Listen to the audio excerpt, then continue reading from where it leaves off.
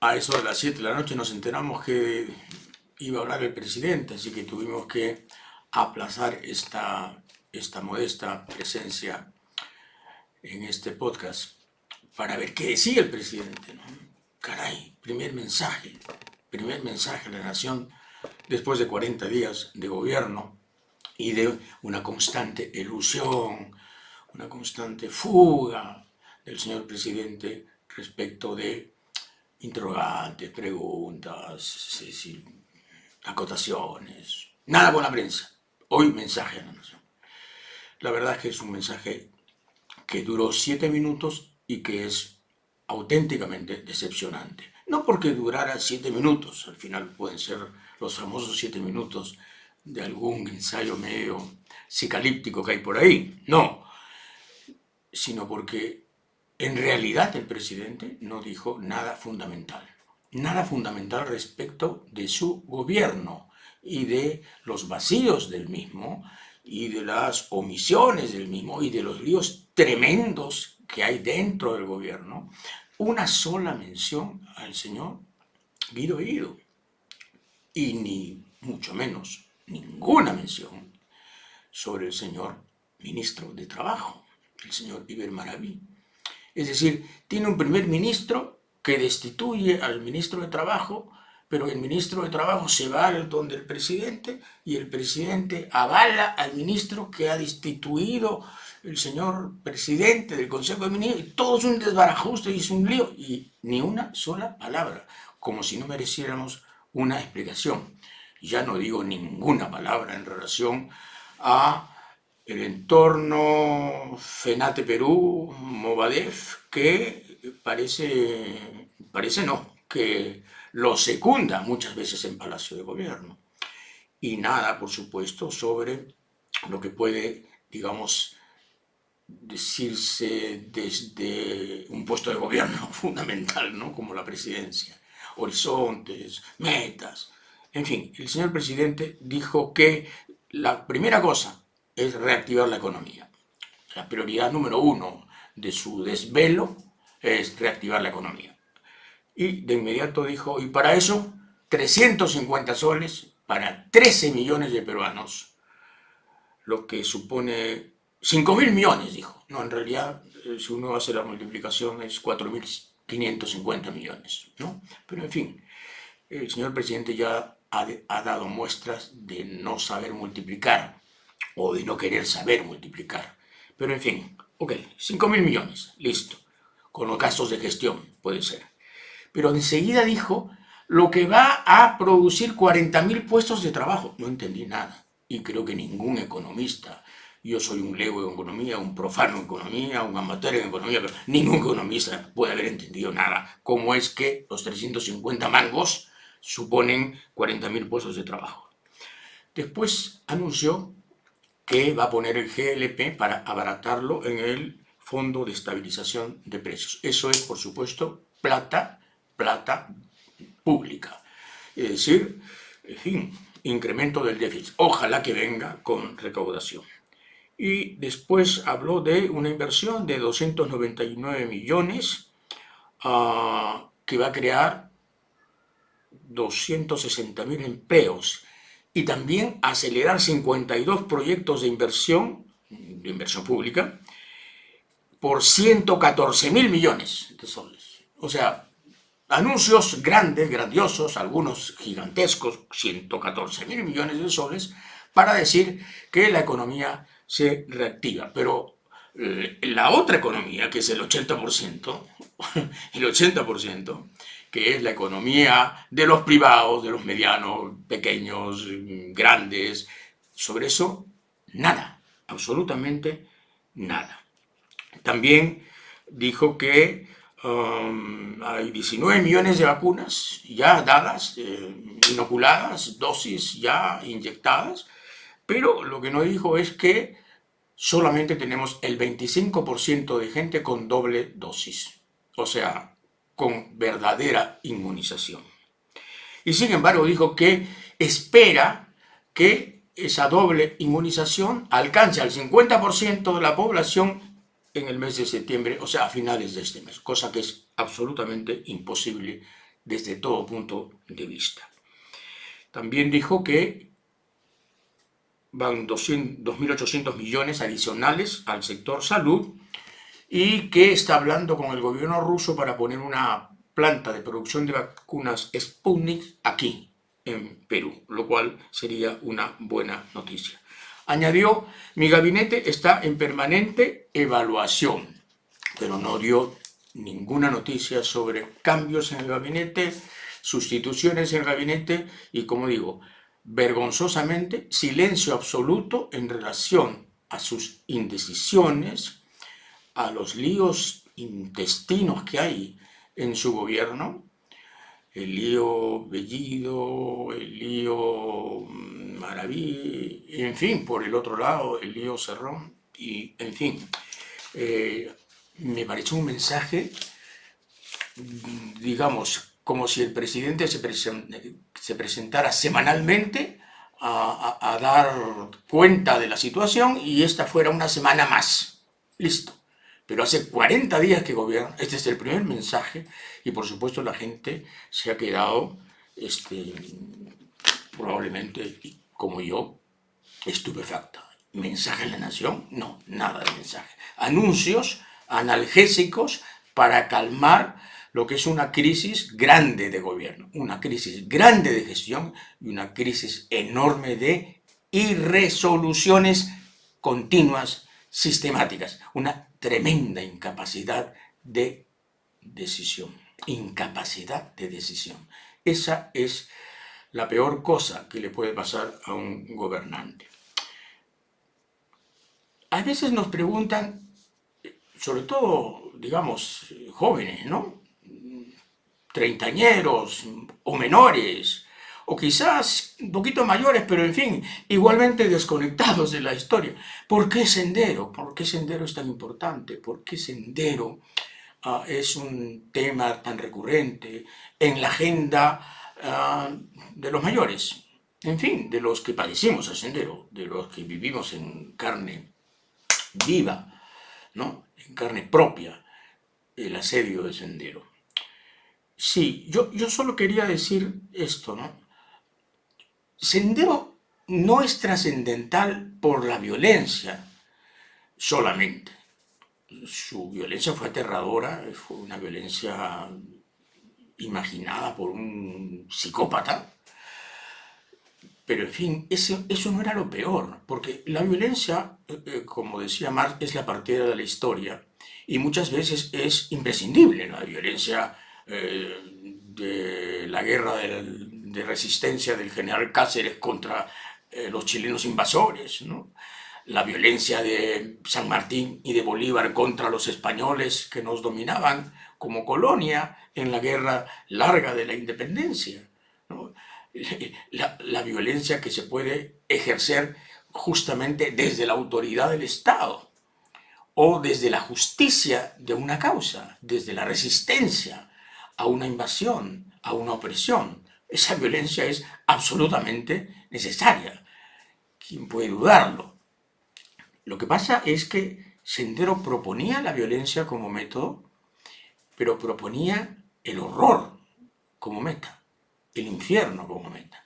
Porque Sendero mataba, dinamitaba, destrozaba infraestructura y mataba gente de todos los niveles, pero se ensañaba sobre todo con campesinos y con autoridades rurales, en nombre de una sociedad que iba a ser absolutamente infernal, una sociedad de comunismo patriarcal, ya no digo autoritario, ¿no? Sino absolutamente demente.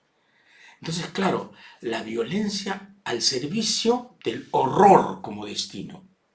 Entonces, Sendero no tiene justificación, ninguna, no puede tenerla, porque sus fines eran malos, sus medios eran perversos. El horizonte conceptual de Sendero era simplemente patológico. Por eso fue tan importante y por eso es que toda presencia senderoide nos exacerba, nos anima a estar alerta, nos digamos, nos duele y nos alarma. Renato Cisneros ha escrito una buena columna en Somos sobre Hannah Arendt. Hannah Arendt, la filósofa judía israelí, que cubrió el juicio de uno de los asesinos nazis más notorios, Adolf Eichmann, que fue secuestrado por la inteligencia israelí en Buenos Aires y fue llevado en un avión, en una caja de la compañía El Al hacia Tel Aviv. Fue juzgado y ahorcado en 1961. Se van a cumplir 60 años justamente de esto. Y a raíz de eso, Hannah Arendt fue al juicio y escribió para la revista The New Yorker una serie de crónicas. Una serie de crónicas que se convirtió en un libro que se llamó La banalidad del mal. Ahí, digamos, Hannah Arendt, o Hannah Arendt, si ustedes quieren, pintaba a Eichmann como un hombre frío, glacial, burocrático, normal. Y entonces por eso es que el libro se llamó, y su punto de vista se llamó, La banalidad del mal. O sea, no había pasión, no había una vocación canalla. Era un funcionario que cumplía órdenes. La verdad es que es bien discutible la cosa. Yo nunca he creído en la banalidad del mal. Porque, claro, siempre he pensado en las víctimas, ¿no? Habría que preguntarle a las víctimas si el mal es banal. Habría que preguntarle a las familias de los judíos que sufrieron el Holocausto si para ellos el mal es banal. O para tanto doliente torturado en América Latina, a ver, pregúntenle si el mal es banal. No, el mal es importante, existe. Y claro, uno puede comprenderlo, no justificarlo, pero digamos, hay un nivel de irracionalidad en el mal que está más allá de cualquier intento de comprensión, ¿no? Yo sí creo que Adolf Eichmann, que dijo en el juicio, yo solo cumplía órdenes, hacía mucho más que cumplir órdenes. No, él era un apasionado de la muerte, disfrazado de funcionario, que es una buena coartada, ¿no? Yo cumplía órdenes. No. Usted, Eichmann, sabía perfectamente que eran órdenes salvajes, anéticas, canallas, y usted las cumplía con disfrute. Es imposible no comprometer el alma en el cumplimiento de órdenes de esa naturaleza. Nunca he creído, por lo tanto, en eso de que hay una especie de distancia fría en un hombre que hace el mal. No me parece. Pero en fin, es una cosa simpática de discutir. También ha escrito un magnífico artículo Rubén Vargas sobre Edith Lagos, una terrorista en Andahuaylas, esto en El Comercio. ¿Y por qué es bueno? Porque nos recuerda que en Andahuaylas los presidentes de Sendero, o el presidente fundamental de Sendero, fue Vanguardia Revolucionaria. Claro, el gran partido de Ricardo Lés, de Javier Díaz Canseco, que en esa época era, digamos, la ultraizquierda y que creó el escenario perfecto para que después Sendero llegara ya con un terreno relativamente bien sembrado a poner, digamos, la cereza en la torta o el cartucho en donde debía estar. Y es cierto, ¿no? Y es cierto, Javier Díaz Canseco fue un gran tipo, honesto y leal con sus ideas, pero Javier, que fue mi gran amigo, mi entrevistado favorito, incurrió en un error, como muchos izquierdistas. Jamás hizo un deslinde moral enfático, absoluto, en relación a la violencia de Sendero. Aunque Sendero mató a gente de su partido, Vanguardia Revolucionaria, que después se convirtió en ¡pum!, Partido Unificado Mariateísta. Muy bien, la izquierda fue víctima de Sendero, pero la izquierda siempre, un sector por lo menos, entendió a Sendero como los hermanos descarriados. No, hermanos nada, de hermanos nada. Quien se considere hermano remoto, hermanastro, aunque sea distante de Sendero, vaya, sufrirá de pesadillas, ¿eh? Y hablando de artículos publicados esta semana, que es parte de nuestro ritual, Mario Vargas Llosa, que ha vuelto a escribir en El Comercio, escribe un artículo sobre Afganistán, ¿no?, Kabul y el Occidente. Y claro, pinta a Occidente como, en fin, el depositario de todas las virtudes de la civilización. Y además dice clarísimamente que, en fin, el mundo libre debe defenderse y para eso necesita el liderazgo real, no ficticio, de los Estados Unidos, que no solo es el país más próspero, sino el mejor armado de la alianza y el que debe asumir ese liderazgo. ¡Wow! ¡Wow!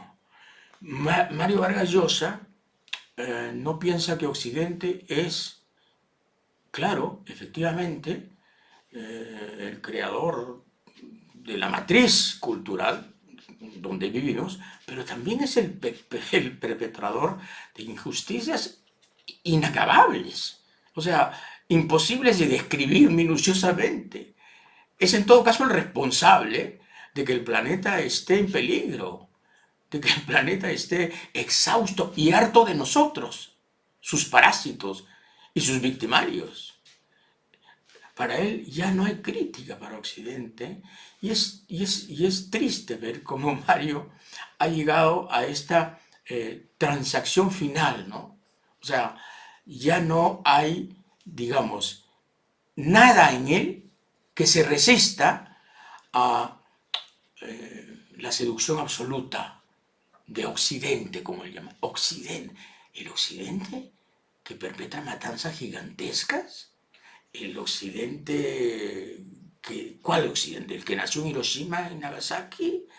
¿El que nos tiene al borde del calentamiento global que dentro de 50 años puede traer consecuencias absolutamente devastadoras para todas las ciudades costeras del mundo?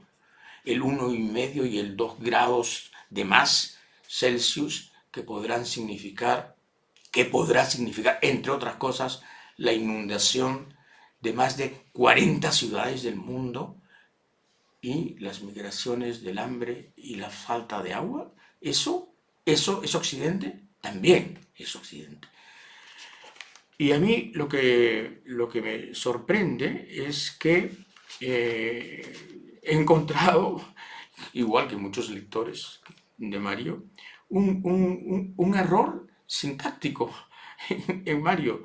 Hablando de alguien, dice, era monárquica y hablaba de su país cuando era un reino con nostalgia. Cuando lo que quiso decir es, era monárquica y hablaba con nostalgia de su país cuando era un reino. En fin, un error de construcción muy difícil de encontrar en Vargas Llosa, pero que es parte probablemente de esta fatiga emocional que lo hace escribir también cosas así, ¿no? Defender Occidente así a rajatabla, el Occidente del exterminio del planeta, el Occidente de los drones que matan bodas y familias junto a terroristas, por supuesto. Bien, va a haber un fondo de cooperativas a raíz de esto de AELU, ¿no? Fondo de cooperativas, pero que va a empezar a funcionar en el año 2024. Hasta ahora, lo que funciona es, si tú tenías 70.000 soles en AELU, cobras 3.000. Y la CBS mirando el techo y silbando. Cobras 3.000, el resto ya se verá, ya se verá. Entonces ahora han hecho que para el 2024 ese fondo de 3.000 suba a 10.000. Entonces, consejo elemental, así, de cajón, si vas a una cooperativa, de ahorro y crédito, no pongas más de 10.000 soles. Ya está. Ya está. Claro. Ahora se sabe que ese es el truco, no poner más de 10.000 soles. Claro, AELU planteaba o ofrecía, quise decir, 6,5% de interés anual. Bueno, los bancos 1,5%. Entonces, claro, esas codicias pequeñas, comprensibles, pero también suicidas, ¿no? Hicieron que la gente fuera pues al 6,5%. Bueno, mucho cuidado cuando te ofrezcan cosas así. Hay truco, hay trampa. 6,5 sí, sí. Y luego quebraos. Quebraos por supuesto, por un manejo rateril, un manejo delictivo de los fondos. Y claro, el presidente no habló hoy día del caso Bermejo, y es una vergüenza, porque esta semana dos crónicas de Ángel Páez en la República han demostrado que hay nuevos testimonios en relación al señor Maraví, ¿no? El testimonio, por ejemplo, de Juan Alarcón Gutiérrez, que confesó a la policía que era militante de Sendero y que además intervino en ataques senderistas junto al señor actual ministro de Trabajo. Y Ángel Paz describe exactamente la crónica de esto en un magnífico artículo del diario La República. También el mismo Páez, el mismo colega Ángel Páez, publica el testimonio de Alfredo Silvera Flores, que confesó también ser terrorista de Sendero y que dice que el señor Iber Maraví no solamente fue, digamos, dinamitero de Sendero, sino que fue mando político de Sendero en Ayacucho en un momento del año 81 u 82. Caray. O sea, sigue engordando el prontuario del señor ministro de Trabajo y no pasa nada, el presidente no hace nada y, claro, al Congreso le toca ahora probablemente poner las manos al fuego, es decir, ponerse en acción. No hay otra, porque si el señor Maraví permanece después de haberle dado el permiso a FENATE para que actúe de inmediato, la cosa está de verdad muy difícil, ¿no? Pero muy difícil. Y bueno, como lo anunciara nuestro semanario hace algunos días, la calificadora Moody's nos ha rebajado, ¿no? Nos ha rebajado de categoría. Estas calificadoras lo que hacen es poner notas a los países. Y Moody's es importante, aunque no lo creamos, es importante. Muchos inversores le hacen caso de aquí y de allá. Nos ha puesto en vez de A3, Baa1. Todavía no es mala, regular, digamos. Y esto lo ha hecho en base a la inestabilidad que crea la incertidumbre, que crea precisamente esta incapacidad que tiene el gobierno de plantear sus planes y de comunicar sus objetivos. Y además los líos internos que evidentemente tienen mucho que ver con el rumbo que va a tomar el gobierno al final. El problema es que Jaime Reusch, el vicepresidente del Grupo de Riesgo Soberano de Moody's, anuncia también que esta perspectiva, que todavía es estable, puede volverse negativa en cualquier momento si esto sigue así, lo cual es un anuncio bastante difícil, ¿no? Bastante difícil de tragar y bastante tenebroso para el Perú. Espero por supuesto, que nos quedemos ahí, en esa calificación. Los ganaderos lecheros, que son 35.000 en Perú, están pidiendo negociar nuevos precios ante el oligopolio formado por Nestlé, Laibe y Gloria. Nestlé, Laibe y Gloria son muy poderosos y le pagan al ganadero lechero peruano 1,03 sol por litro. 1,03 sol.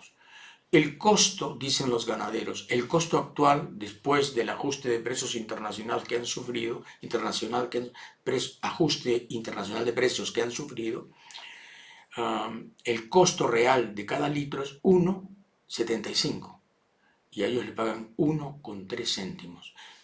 Ellos han querido negociar, no hay negociación. Han querido hablar, pues no hay diálogo. Y ahora, con el gobierno de Castillo, suponían que la cosa iba a cambiar, ¿no? Ganadería, agricultura, en fin, no, parece que no hay todavía ningún cambio. Es el poder de Laibe, Gloria y Nestlé. Esperamos, por supuesto, que esto cambie, porque no hay derecho de tratar así la poca ganadería lechera que tenemos. Sin embargo, están comprando estos mismos tres, Laibe, Gloria y Nestlé, la leche deshidratada, generalmente la compran en Nueva Zelanda, en 1,70 soles. El kilo, ¿no? En este caso es el kilo, es leche en polvo. O sea, pagan más por la leche deshidratada que por la leche fresca de la ganadería peruana. Apareció una entrevista al señor ministro de Salud en la República y le preguntan, ¿el silencio presidencial ayuda? Y el ministro, el respetable Hernando Ceballos, ministro de Salud, contesta, no es un silencio, es un mensaje de decirle al país que hay que hablar menos y hacer más. ¡Wow! Se pasó, ¿no? Se pasó. Es decir, Ceballos es un buen tipo, es un buen ministro probablemente, es una buena persona, pero claro, su proximidad a Castillo lo hace perder totalmente perspectiva, ¿no? O sea, callarse es un lenguaje, hay que hablar menos y hacer más. El problema del señor Castillo es que habla poquito y hace poquito, pero creo que hace menos que habla todavía, y habla muy poquito, porque si no, no estaríamos como estamos en este momento, a 40 días de gobierno, en una fase que parece la nada, una llanura de nada. O sea, no hay sino carencia de certezas. Eso es lo que hay. O sea, ¿qué va a pasar mañana? No se sabe. ¿Saldrá Bellido? No se sabe. ¿Qué van a hacer con Ibero? No se sabe. ¿Va a quedarse Velarde? No se sabe.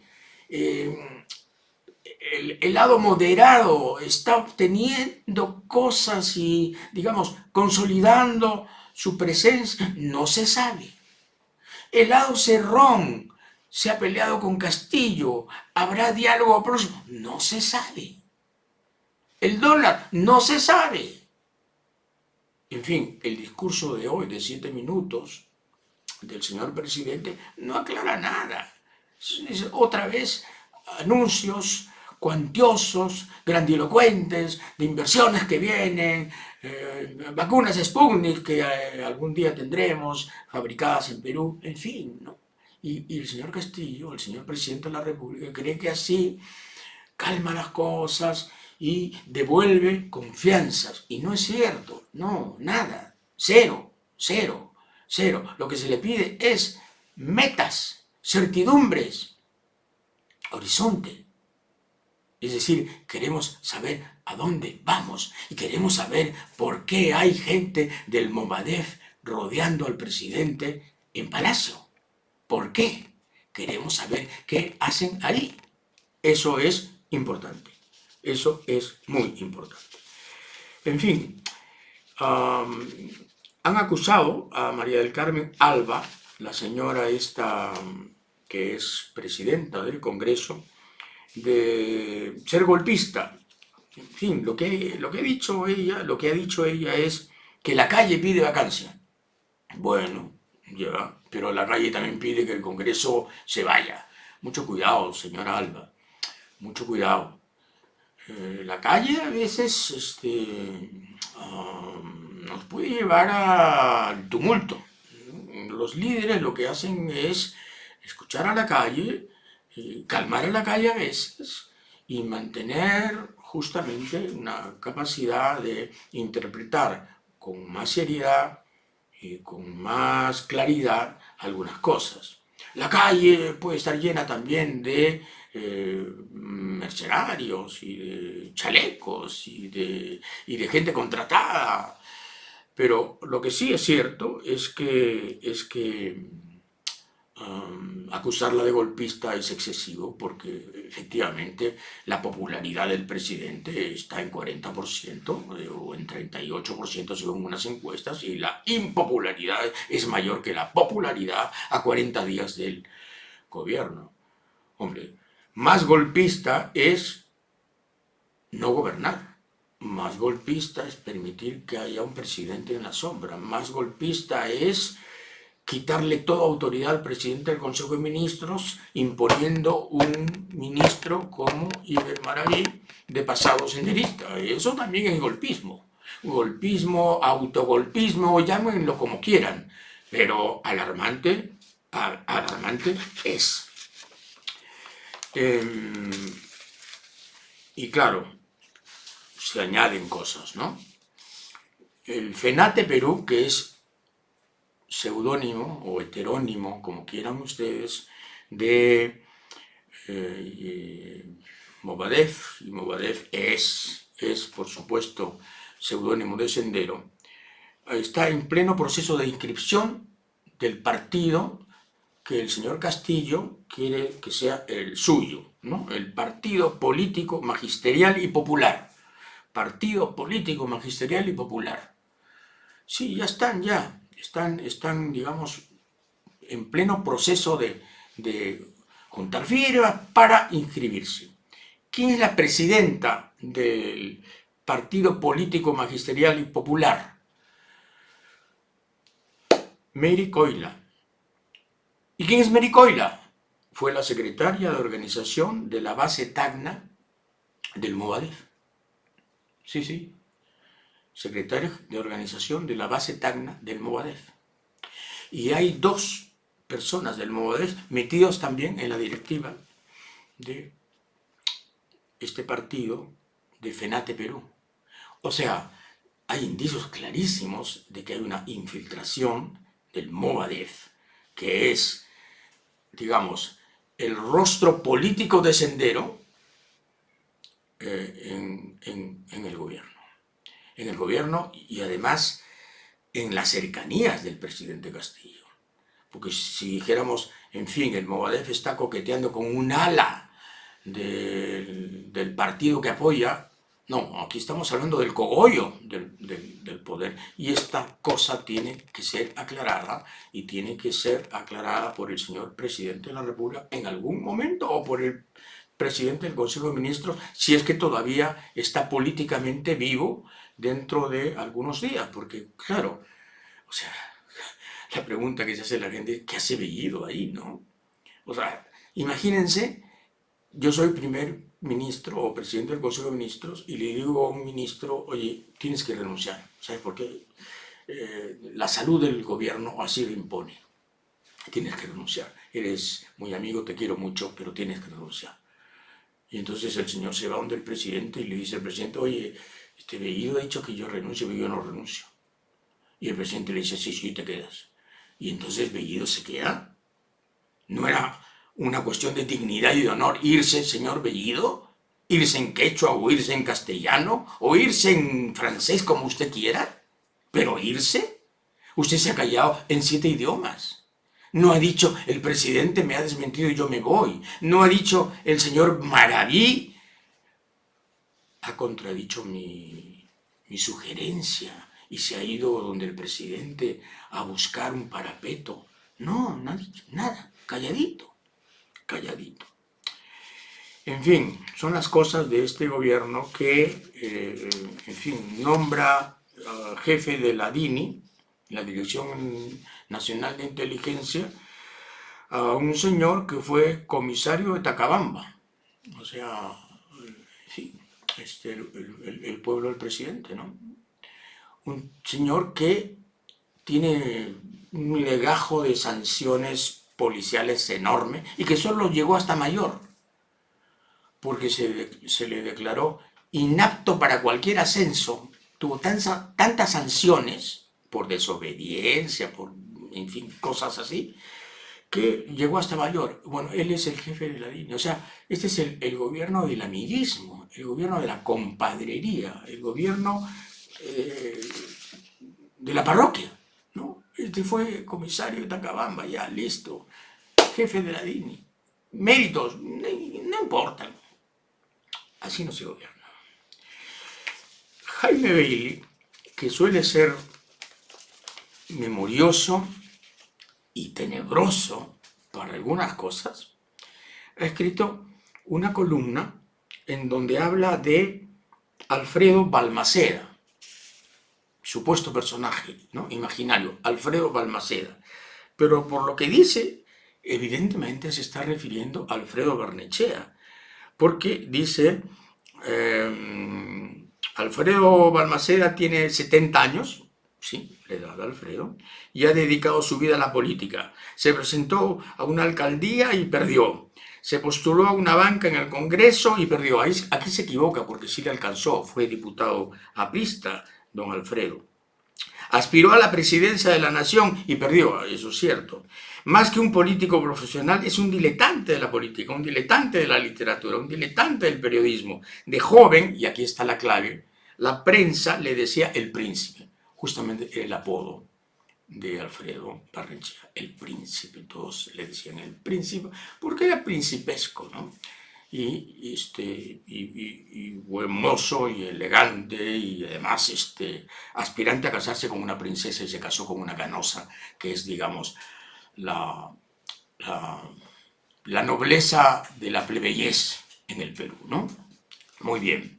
Pero lo que cuenta Bailey en la columna de hoy de Perú 21 es tremendo, porque dice que este personaje, Alfredo Balmaceda, que es Alfredo Barnechea, ha estado pidiéndole, junto con otro personaje, los dos han estado pidiéndole $350,000 a la mamá de Bailey, que tiene mucha plata, muchísima plata, heredada de un hermano.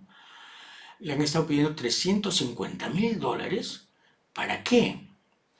Para contratar a un agente del Mossad o ex agente del Mossad israelí que ayude a descubrir el fraude de Castillo. Parece que esta anécdota se remite a cuando todavía estaba en discusión y todavía estaba el Jurado Nacional por proclamar y estaba toda la guerra esta y salía Barnechea efectivamente a gritar y a decir: no toleraremos, no vamos a tolerar esto de ninguna manera. Bueno, aquí está el relato, aquí está el relato terrible de Jaime Bailey en relación, o sea, un agente del Mossad o ex agente del Mossad para descubrir el fraude. Y Roque Benavides ha fundado Alianza Democrática. En fin, Roque Benavides ha dicho: ya no quiero más intermediarios, no quiero López Aliaga, no quiero De Soto, yo mismo soy y yo mismo seré. Me parece bien, ¿no? Roque Benavides, en fin, se pudre en plata y quiere no financiar a alguien, sino financiarse a sí mismo y salir a la palestra y candidatear. Me parece bien que sea sincero de una vez, sin muñecos, ¿no? Sin marionetas. Él, vamos a ver cómo le va. Si la derecha hiciera eso, en fin, yo creo que sería un gesto de sinceridad, ¿no? En vez de estar ahí agazapadita viendo qué hace y a quién apoya y con maletines y demás, ¿no? Y claro, ayer vi el partido de fútbol, igual que ustedes seguramente, muchísimos de ustedes, y claro, ¿no? La prensa deportiva peruana a mí me apena, ¿no? Me apena, siento vergüenza ajena, porque tiene que fingir que en Perú se juega un gran fútbol, porque si no, claro, ¿cómo mantiene los espacios y los comercios y, en fin, las publicidades y todo eso, ¿no? Pero también tiene que fingir que tiene una gran selección, ¿no? Y la selección de ayer, hombre, ganó 1-0 con las justas. Y Venezuela con 10 hombres nos tuvo de rehenes todo el segundo tiempo. Y la verdad es que ves jugar a Perú y dices con absoluta objetividad, no de patriotero, no de hincha, no de nacionalista, no de chauvinista, sino de veedor de fútbol. Esta selección no merece ir a Qatar. Tal como está, no merece ir a Qatar. Y claro, dirán, qué canalla es ese Hildebrand, ¿no? Sí pues, sí pues. Prefiero ser sincero que sumarme a esta cosa aduladora y absolutamente irreal, ¿no? Una especie de espejismo patriótico. Qué bien, no, dieron pena, hombre, dieron pena.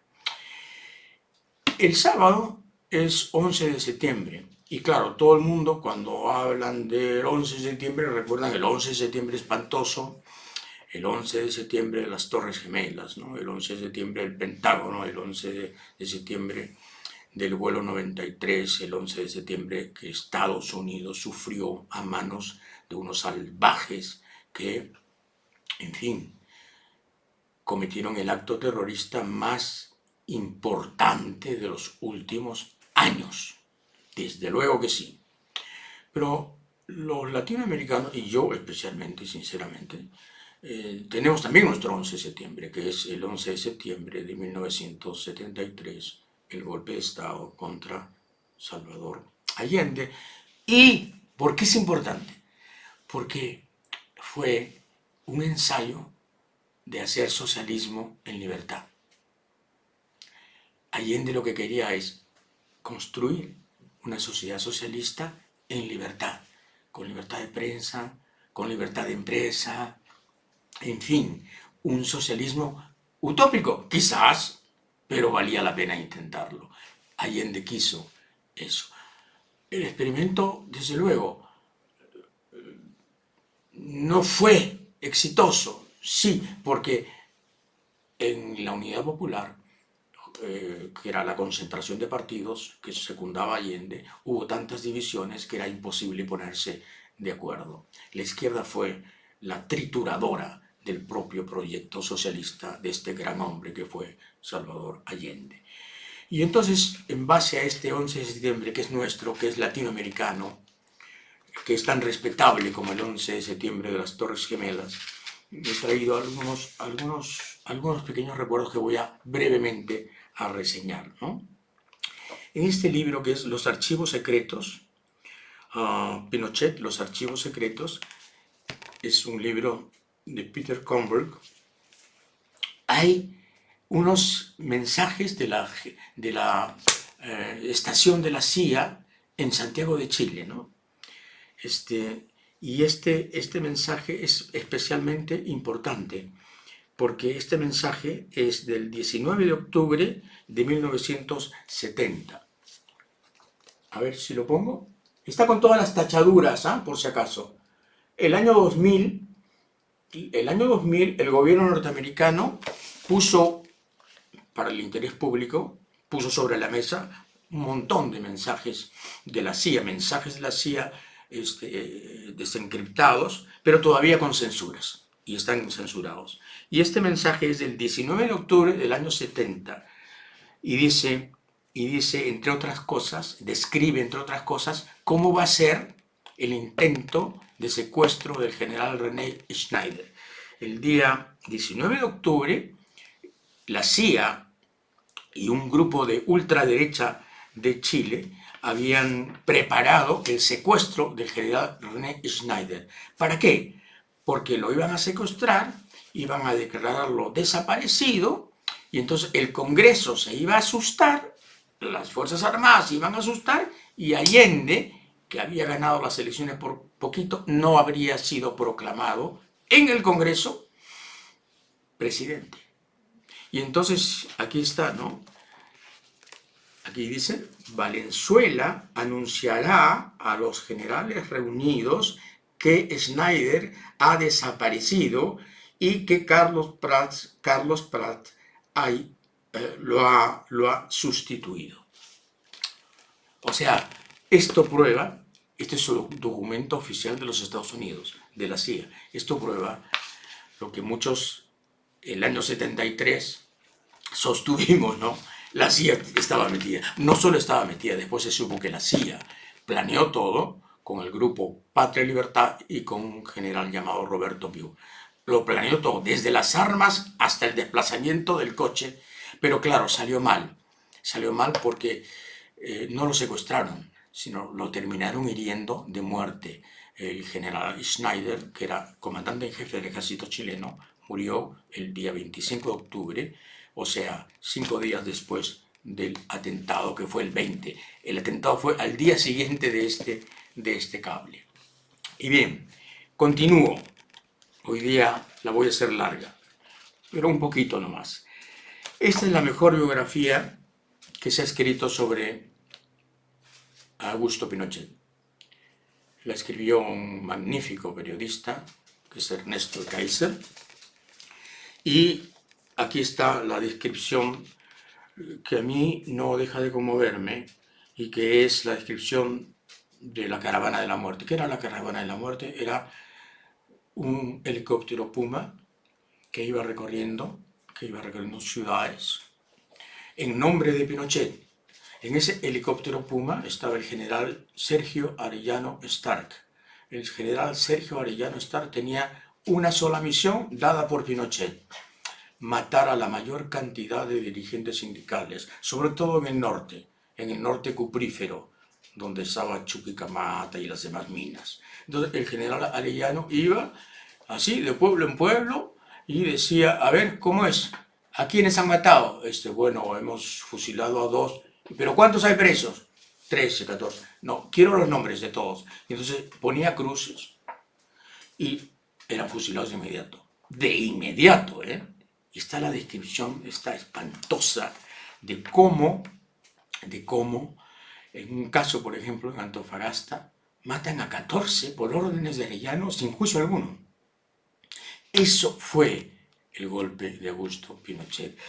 Para quienes piensan que, en fin, el fascismo es un asunto lírico, no, el fascismo es emisario de la muerte en muchos sentidos. Y una cosa que a mí siempre me espantó y que está en este libro de Javier Rebolledo, otro magnífico periodista, que se llama El despertar de los cuervos. ¿Saben qué son estas caritas? Estas caritas. ¿Ah? ¿Las ven? Acá hay más, ¿ah? Más caritas. Después les digo qué son. Más caritas. Y por último, más caritas. Parecen buena gente, ¿no? Fotos carnet de gente común y corriente, ¿no? Ciudadanos sencillos. En fin, todos estos hijos de la guayaba fueron los médicos de la DINA y el CNI, Centros de Inteligencia y de Tortura. Estos médicos, Carlos Roberto Ulrich, Sergio Marcelo del Carmen Virgilio Bocas, Sergio Rodrigo Guillermo Vélez Fuensalida, Jorge Orlando Walter Baza Salazar, Enrique Guillermo Silva Peralta, todos estos estaban ahí no para cuidar a los prisioneros, sino para decirle a los torturadores: paren, porque puede tener un paro cardíaco. Y entonces los torturadores dejaban de usar la picana, dejaban de usar, en fin, este es un programa que ven menores, no voy a hacer descripciones. Estos servían para esto. Médicos del juramento hipocrático sirvieron para ver cuándo una mujer, cuánto podía aguantar una mujer con roedores en su interior. Eso hacían estos médicos. Y por último, el libro más importante de la historia de este episodio chileno, ¿no? Que es el libro de este español magnífico que se llamó valenciano, que se llama Joan Garcés, y que escribió este libro porque fue testigo directo, estuvo en La Moneda el día del golpe. Y entonces, la descripción de los últimos minutos de Salvador Allende es extraordinaria. Hacia las 10:45 de la mañana, los ministros presentes, Clodomiro Almeida, de Relaciones Exteriores, Carlos Briones, del Interior, Jaime Toá, de Agricultura, José Toá, exministro de Defensa, y Fernando Flores, secretario general del Gobierno, solicitan al presidente una reunión a puerta cerrada. No duró más de 3 minutos. Allende la interrumpió en cuanto comprobó que algunos ministros le aconsejaban que se entregara y salvara su vida. Nones, dijo Allende. Y el único momento durante aquella mañana en que Allende perdió la calma y dio prueba de indignación llenando de improperios a alguien fue cuando Alfredo Joña le telefoneó para comunicarle que había entregado el mando de la Dirección General de Investigaciones a un funcionario. Allende no podía concebir que alguien de su partido se hubiese rendido pacíficamente. Un concepto del honor distinto al que tuvo el señor Guzmán cuando se entregó con sus manitas así, ¿no?, a las huestes de Quetín Vidal el día que fue arrestado. Pasadas las 11 de la mañana, un cruce de líneas telefónicas permitió escuchar la voz del general Baeza, jefe de las operaciones en el centro de Santiago. Baeza dijo: de los de La Moneda no debe quedar rastro, en especial de Allende. Hay que exterminarlos como cucarachas. El objetivo debe ser destruidos por tierra y aire. Efectivamente, media hora después empezó el bombardeo de La Moneda. Y por último, aquí termino. En un momento, cuenta Joan Garcés, en un momento dado, Allende se dirigió a mí y me ordenó partir. Ante mi gesto de sorpresa, argumentó 3 razones para explicar su decisión. Y por último, alguien tiene que contar lo que aquí ha pasado y solo usted puede hacerlo, ¿no es cierto?, preguntó a sus restantes colaboradores, quienes asintieron. En todos ellos, particularmente en aquellos a quienes veía por última vez, he pensado al escribir el presente libro, Inesperado superviviente de la masacre de La Moneda, la primera de las que iban a seguir en miles de fábricas, poblaciones y campos a lo largo de todo el país. Esa fue la tragedia del socialismo democrático, el experimento del socialismo democrático. Y claro, la lección fue muy clara: la derecha no va a tolerar ni el socialismo autoritario, y sus razones tiene, pero tampoco el experimento de Allende. Y entonces, claro, la cosa es esta, ¿no? La gran oportunidad que teníamos con Castillo de cambios desde casi la ingenuidad, cambios desde las demandas más antiguas, intrínsecas y populares, se está yendo al demonio, porque Castillo está desperdiciando esta oportunidad. Cambios que el país exige, que el futuro va a demandar, que la sociedad peruana necesita para no comprimir tanta frustración, para no llenarse de gases tan explosivos, para tener justamente escapes. Todos estos cambios que el Perú requiere se pueden ir al diablo si Castillo sigue gobernando como lo está haciendo y si sigue permitiendo que gente que no espera su éxito, sino el éxito de sus conspiraciones, subsistan al lado suyo. Gracias, hasta el lunes.